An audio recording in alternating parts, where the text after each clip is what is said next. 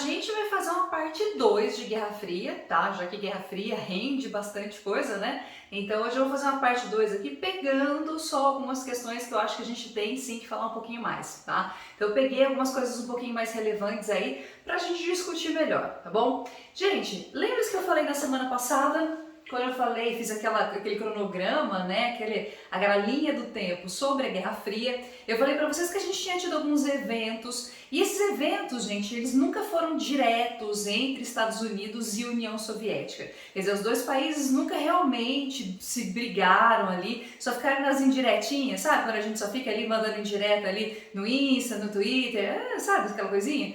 Pois então, foi mais ou menos isso, e o que a gente vai ter vão ser corridas e disputas indiretas, tá? Ainda que eles não tivessem lutado frente a frente, né, os Estados Unidos e a União Soviética, mas a gente teve vários conflitos ali indiretos e alguns deles, realmente, meus amigos, foda, tá? Pra gente ficar ali, se fosse naquela época a gente já tá com o famoso, vocês sabem o que na mão, né? Muito bem, gente, nós tivemos durante o período da Guerra Fria duas corridas, tá? A gente chama de corrida, né? Porque os dois realmente tentavam ver quem batia o outro, quem conseguia vencer o outro.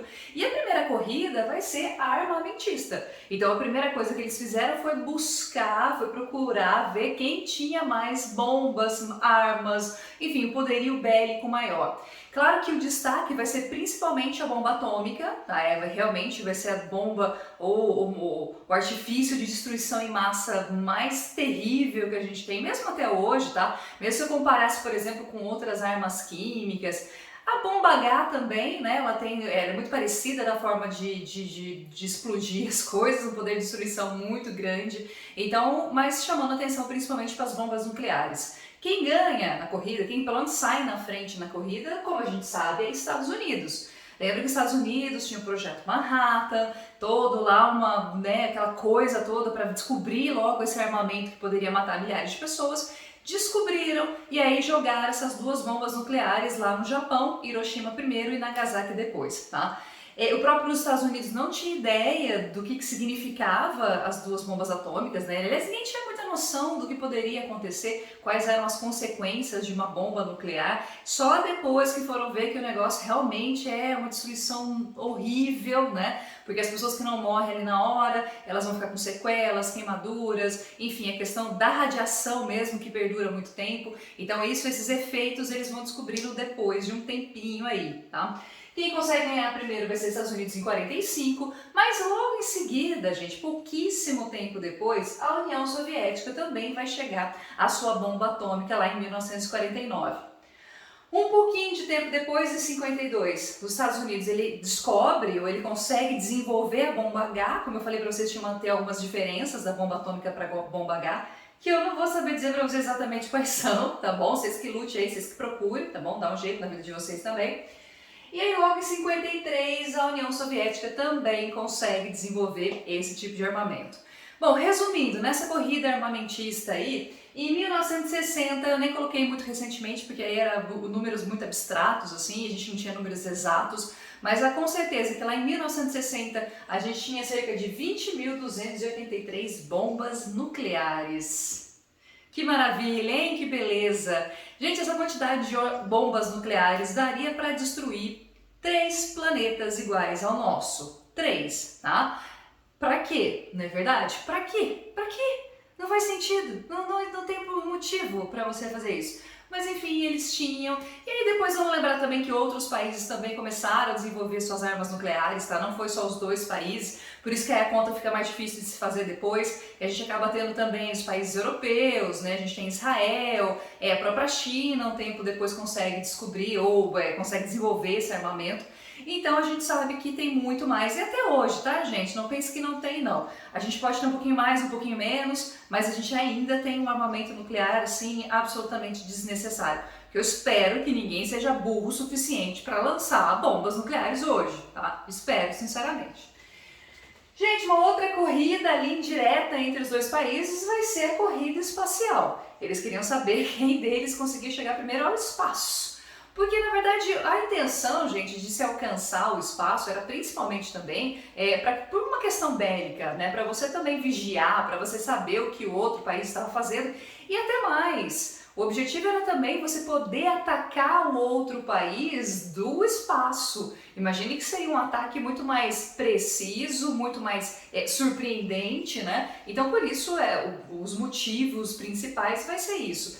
Só quero lembrar para vocês que essa corrida espacial ela é muito importante pra gente, apesar do motivo ali ser bem tosco, né, ser bem bosta, os dois países ficarem ali disputando, a realidade é que a gente teve como consequência questões muito positivas, porque graças a essa guerra espacial, essa corrida espacial, a gente conseguiu ter alguns tipos de tecnologias e equipamentos que a gente usa até hoje, tá, gente? Não vamos esquecer, por exemplo, que é graças a isso que a gente começa a ter os satélites orbitando a Terra. Com esses satélites a gente tem imagens, né, hoje em dia de altíssima resolução, a gente consegue ter sinais sendo movimentados por esses satélites, enfim, a gente tem toda uma rede ali que são interconectadas com esses satélites e isso são tecnologias que surgiram durante esse período da corrida espacial, tá? A gente tem outros exemplos, tá bom? GPS, própria internet também, vê um pouquinho a partir dessas pesquisas da corrida espacial, mas enfim, a gente vai ter muitas tecnologias que a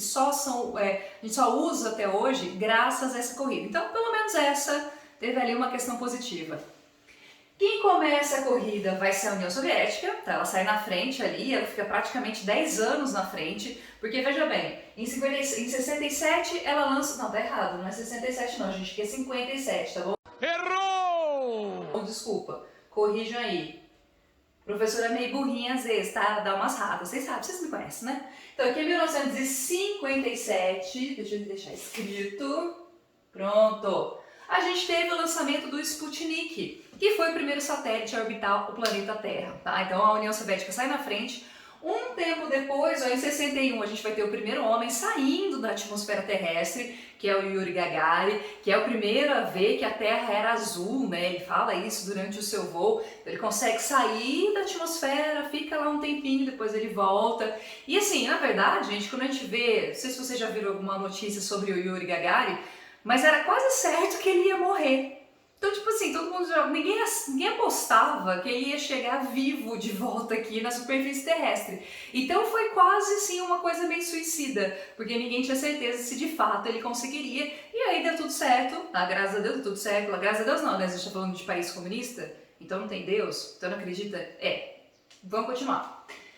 Pouquíssimo tempo depois, não! Lá quase 10 anos depois, os Estados Unidos vai lá e vence a corrida, tá, gente? Porque aí os Estados Unidos vai lá e faz o quê? Manda o homem à lua. Achei meio desproporcional, tá bom? Achei meio sacanagem aí, né?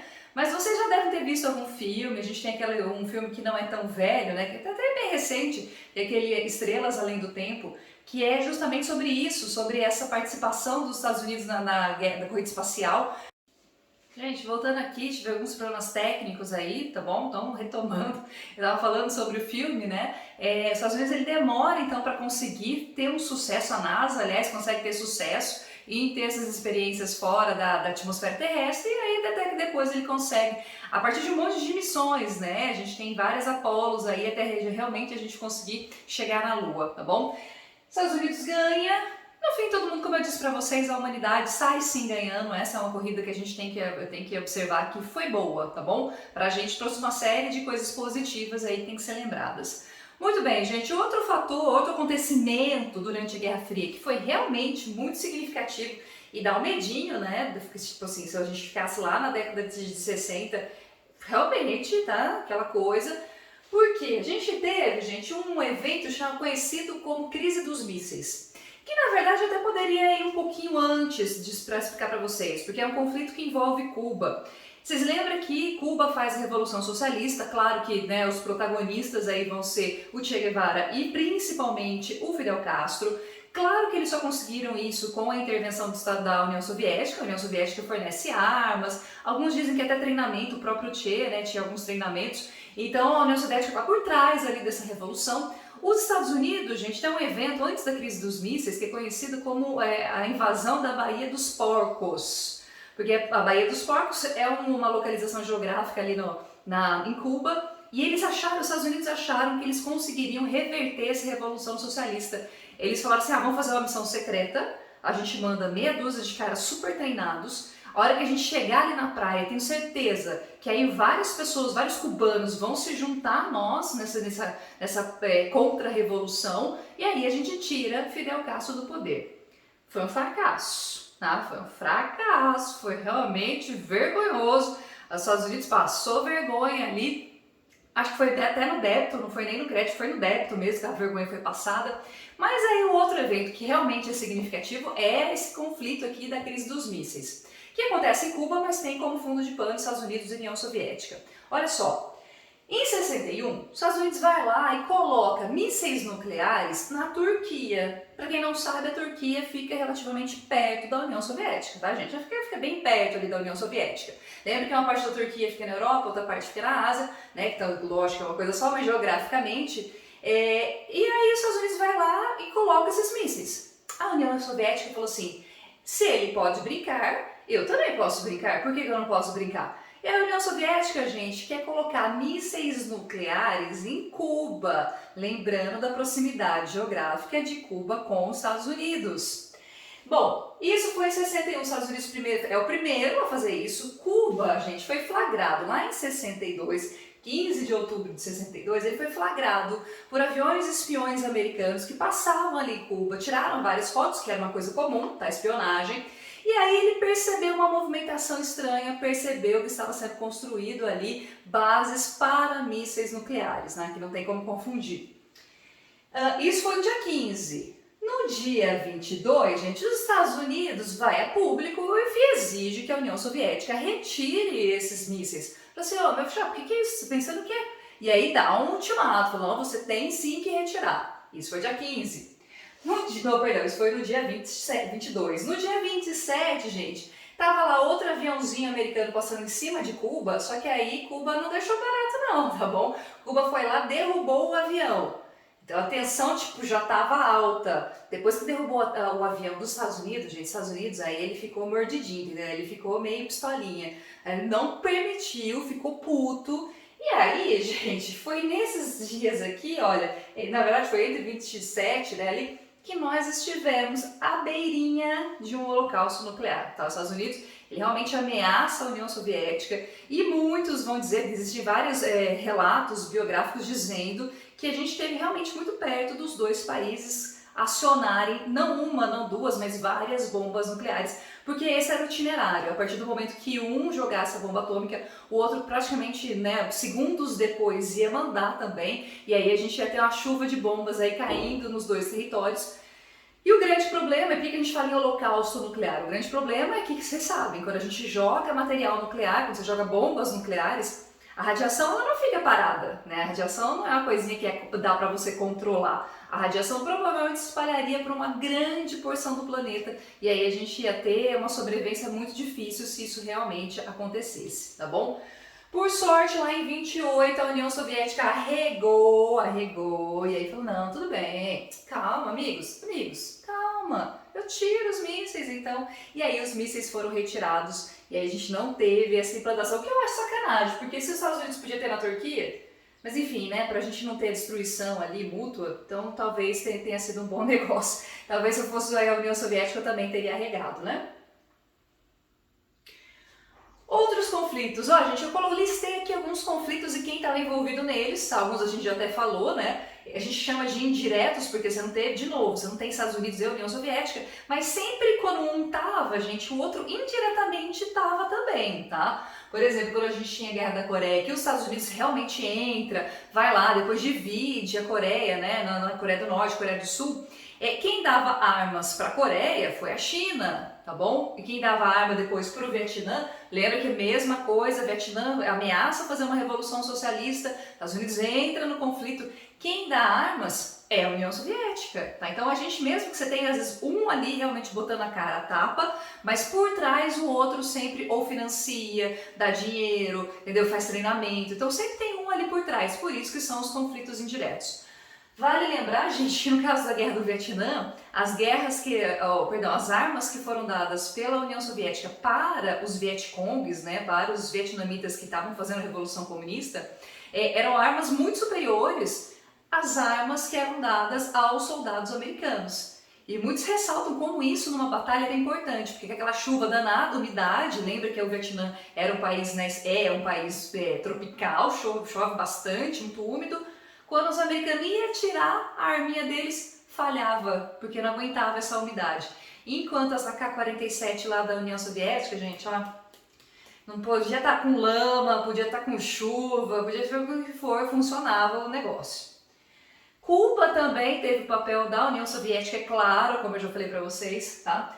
Os países africanos, gente, só vamos fazer uma relembrada aqui, que lá na nossa primeira aula a gente viu que os países africanos passaram por um período de recolonização, né? Lá ainda no século XIX, você teve a partilha da África, a gente teve a Conferência de Berlim, só que aí pós Segunda Guerra Mundial, né, década de 60, 70, a gente teve vários países africanos tentando fazer sua independência. Vários ainda eram colônias de países europeus e aqui a gente vai ter então vários conflitos de independência. Esses conflitos tiveram a participação indireta ou da União Soviética ou dos Estados Unidos, tá? A gente tem aí alguns exemplos, eu não vou falar todos para vocês, são muitos países, mas enfim, a gente teve alguns países que teve a participação indireta ou com financiamento ou com armas ou de Estados Unidos ou de União Soviética. O leste europeu, a participação mais ativa vai ser da União Soviética, é claro, né? Já que esses países praticamente foram tomados depois da Segunda Guerra. Nos países latino-americanos, gente, aí entra o Brasil. A gente vai ter, gente, a participação muito ativa do governo dos Estados Unidos na implantação das ditaduras militares de direita de praticamente todos os países da América Latina. Tá? Todo país que você teve aqui na América Latina, todo país que virou uma ditadura de direita teve a participação, o dedinho dos Estados Unidos, e inclusive no Brasil, tá bom, gente? Então isso aí não é fake news, tá documentado, a gente tem vários documentos oficiais que comprovam exatamente essa participação. Só um detalhe aqui no caso brasileiro, os militares americanos, ou os militares brasileiros, gente, eles eram tão... não vou nem ficar falando para não ofender, né? Ou eu quero ofender? Estou falando a realidade. Eles só fizeram o golpe depois que eles tiveram a garantia do exército americano de que qualquer coisinha, qualquer problema ia ter o feedback, ou ia ter ali o respaldo do exército americano. Então a gente tinha nesse período aí alguns navios da Marinha Americana presentes ali próximo da costa brasileira, para tipo assim, ó, se quando os militares colocassem a ditadura, se alguém começasse a pestanejar, sei lá, se tivesse algum conflito, alguma coisa armada, o exército americano ia garantir que fosse bem sucedido o golpe militar, tá bom? Então, quer dizer, os militares brasileiros, desde aquela época, né, dá uns probleminha aí. Enfim. A gente teve praticamente todos os países da América Latina, ou da América do Sul, pelo menos, a participação ativa do governo americano, tá, gente? E por último, acho que talvez o último conflito de fato ali da Guerra Fria vai ser no Afeganistão. Aqui a gente vai ter a participação da União Soviética e nos Estados Unidos. O Afeganistão ele tenta fazer uma revolução, ele já tinha uma influência forte da União Soviética. Aí a gente tem tipo um contragolpe, enfim, e aí você tem a participação da União Soviética. Muitos vão apontar, gente, que isso aqui vai acontecer no finalzinho de 70 ali, muitos vão apontar que o Afeganistão foi para a União Soviética a mesma coisa que o Vietnã foi para os Estados Unidos, ou seja, um fracasso, tá? Aqui também vamos lembrar que final de 70 e começo de 80, União Soviética, né, gente, tava ali, ó, tá? Ribanceira abaixo. E então foi um dos motivos que também ajudou a gente a ter uma crise ainda maior, porque você tinha gastos, né, você tinha várias coisas, e isso atrapalhou realmente a União Soviética. E aí tanto é que acabou, tá? Tanto é que ele chegou ao fim. Gente, para terminar, olha, na semana passada, quando eu lancei o vídeo primeiro sobre a Guerra Fria, eu falei para vocês, eu fiz um questionamento lá no finalzinho, será que a Guerra Fria acabou? Pois é, a Guerra Fria, nos contornos que nós vamos ter aqui, de 45 até 91, nesses contornos de conflitos indiretos, de muita espionagem, né, essas corridas, isso realmente a gente não tem mais, tá bom? Então essa forma de confronto, ainda que seja indireto, mas isso a gente não tem mais. O que vai acontecer, gente, é que a China é foda. A União Soviética, claro, Rússia daí, né? Quando a gente, a partir de 91, você passa a ter só a Rússia. A gente começa a ter, a gente tem um presidente lá que era o maior cachaceiro, que eu esqueci o nome dele agora, mas depois vem o Putin. O Putin tem umas participações em geopolítica que é realmente muito interessante. Mas a gente vai perceber que quando você fala em país capitalista e país socialista, quem realmente predomina é a China, tá? Até porque a Rússia não é um país socialista, é um país capitalista hoje em dia. A China, gente, nós temos que pensar que se a gente falar na questão política, politicamente ainda estão todos os moldes de um país socialista, tá? Então a China ela tem um partido único, que é o Partido Comunista, você tem uma ditadura, você tem censura, você tem o peso muito grande do Estado sobre a população, inclusive dizendo onde que a população mora, onde ela não mora, tudo é decidido pelo governo, pelo Estado chinês. Só que a China, gente, na década de 70, ela fez uma coisa que a União Soviética não foi capaz de fazer. Em 70, ela fez uma abertura econômica. O que significa que economicamente ela não depende mais do comércio só entre países socialistas. Ela começa a fazer comércio também com países capitalistas. Então ela se abre ao capital, então ela se abre à bolsa de valores, ela começa a ter uma bolsa de valores, ela vai ter transnacionais entrando ali no seu território, ela vai ter trabalhadores assalariados, quer dizer, sempre foram assalariados, mas tipo assim, agora quem paga o salário são empresas privadas, então você começa a ter uma série de questões econômicas relacionadas a um país capitalista. Então a China, ela consegue ao mesmo tempo ser, sempre falo isso e adoro falar isso, é que ela é ao mesmo tempo um país socialista politicamente, mas economicamente é um país capitalista. E digo mais, a partir de 2000, gente, ó, pus aqui, não pus, mas a partir de 2000, a gente vai ver um crescimento da economia chinesa que não se via desde a década de 70, tá? China começa a crescer, China começa a produzir, várias multinacionais ou transnacionais vão para o território chinês e a China, gente, consegue ter um aporte, assim, um crescimento enorme, porque ela passa a ser um polo não só produtor, quer dizer, não só ela produz muitas coisas, mas ela ao mesmo tempo também consome muitas coisas. Gente, quando a gente pega as economias mais ativas no mundo, você continua tendo os Estados Unidos, até pelo PIB americano. Mas China, gente, ó, você pegar desde 2000, vai crescendo. E isso faz com que os Estados Unidos vejam a China, principalmente a partir ali do começo de 2010 e depois mais recentemente com o Donald Trump, eles começam a ver a China como um inimigo. Eles começam a ver a China como realmente alguém que você deveria rivalizar. E o Trump, gente, né, os Estados Unidos na época do Trump, ele fez isso demais, tá bom? Entrou numa guerra comercial ali, que é uma guerra comercial que não faria bem para nenhum dos dois, tá? Que acabou realmente prejudicando em vários aspectos os dois países, tá? Só que você percebe que a China continua crescendo pelas características tanto políticas quanto econômicas. A China continua crescendo. E aí a gente teve essa guerra comercial. Então, se eu fosse falar de uma guerra fria atualmente, seria muito mais por questões econômicas, capitalistas, do que de fato uma guerra ideológica que nós tivemos aqui atrás, tá? Então essa é a grande diferença. Se a gente fosse falar em Guerra Fria, ela teria muito mais um contorno capitalista, muito mais econômico do que de fato ideológico. Ideológico, aliás, a gente pode ter pouco, tá? É interessante que a ideologia ela só é usada como massa de manobra, né? Então, quando o Trump quer, por exemplo, mexer com as pessoas que votam nele, aí ele fala dos perigos do socialismo. Só que é o seguinte, a China tem duas diferenças muito grandes quando a gente compara com a antiga União Soviética. Não sei se vocês lembram, mas eu falei lá na semana passada que a União Soviética, gente, ela deixa de investir em tecnologia. E aí quando a gente chega em 70 e 80, ela tem uma tecnologia muito ruim, muito tosca, muito atrasada. A China não. A China, gente, desde 2000, tem feito uma forte intervenção, aí estatal sim, mas uma forte intervenção em ciência e tecnologia.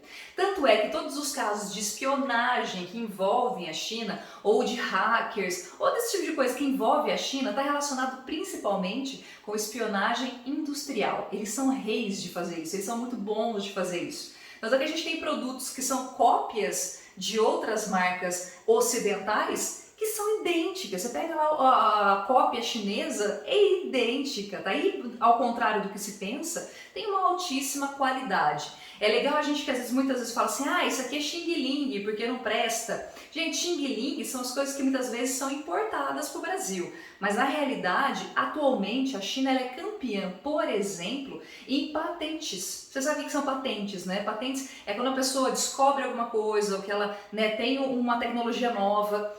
Quem hoje em dia é campeão desse tipo de coisa é a China.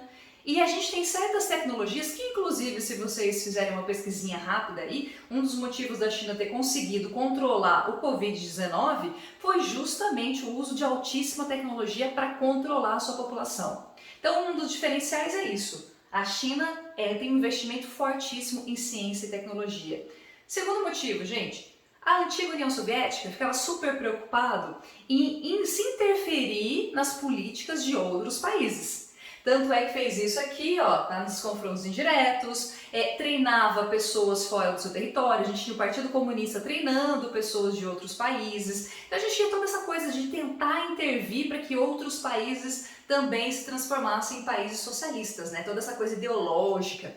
Gente, a China tá cagando, tá? A China não quer nem saber se você é socialista ou se você é capitalista, até porque para ela, o que interessa mesmo para ganhar dinheiro é o capitalismo, é o capitalismo, gente. Então, ao contrário da União Soviética lá no passado, que fazia essa intervenção muito forte, a China, gente, não faz, tá? Aí quando a gente fala sobre espionagem chinesa, é sempre em relação a produtos, a ciência, a tecnologia, a indústria, mas não nessa questão política. Eles não estão nem aí se o Brasil, por exemplo, tá com não sei quem. Claro que interfere, né? Se você tem uma pessoa como... É que eu não quero falar o nome, entendeu? Tipo, o nominável, sabe aquele que a gente não gosta de falar o nome?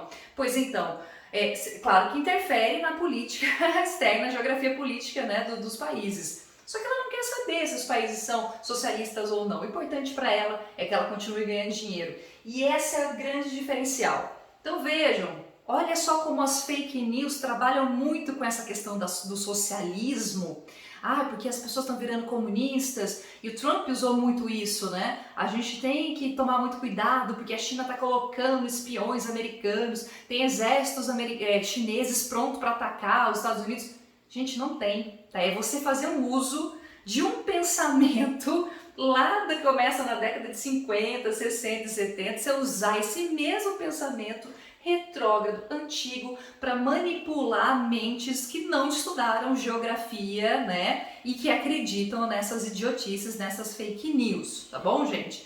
Então, quando as pessoas, por exemplo, vão medir sua temperatura no mercado, sabe? E aí vem aqui com aquele revolvinho de temperatura, que eu até comprei um também, não é para ler sua mente, não é porque vai colocar um chip chinês na sua mente. Até porque, gente, ninguém deve ligar muito pro que tem na sua mente, porque a sua mente, a sua cabeça, deve ser um pouco oca, entendeu? Deve ser um pouco vazia, então ninguém se importa, tá bom? Ninguém quer pegar a senha no banco com essa leitura, coisa assim, o chinês não quer fazer isso, porque na sua conta bancária deve ter o quê? 10 reais, 15, talvez, tá bom? Então, gente, olha como essas ideologias, que praticamente não existem, são aplicadas para criar mentiras atualmente e manipular não só o povo brasileiro, mas também várias fake news em outros lugares do mundo.